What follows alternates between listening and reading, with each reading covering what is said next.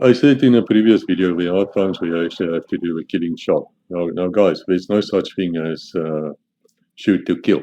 That is Hollywood bullshit which doesn't exist. When you shoot somebody, there's always a chance of you're going to kill him, which is why you should never have a military engaged in police work, because the military is armed to kill, and they are trained to kill.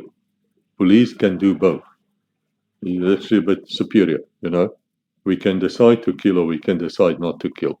Military doesn't have that kind of thinking. We're not trained like that. So when you start shooting, what I've seen with many is they tend to keep on shooting. In other words, they also lose totally their training. They just do instead of doing the double tap. Do. That's it. Move. That's how you're trying to do it. And God will not have mercy on you if I find you doing anything else. And besides that, I want to know how many bullets you have shot. I want to know how many bullets you have left.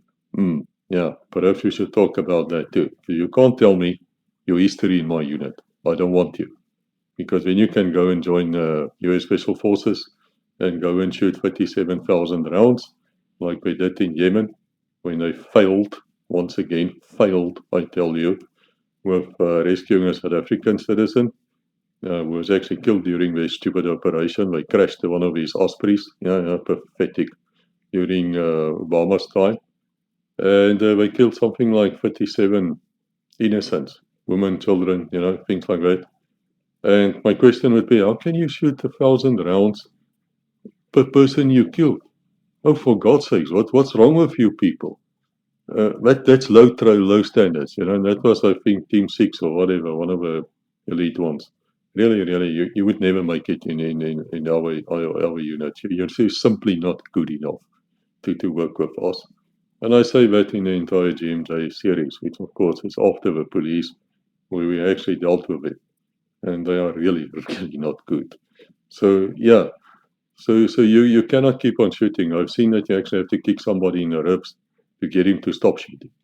Because again, this is not a war scenario. It's a different story in a war scenario where fully automatic is actually something you want in an ambush, counter ambush drills, all those things. I can speak about that too. But here you want aim shots. You want just enough shots to stay within the law. You cannot use overwhelming force to whatever is being used on you. Yeah, the law is there to protect you as a citizen, not to protect the police, and that's how it should be. Remember that. Remember that.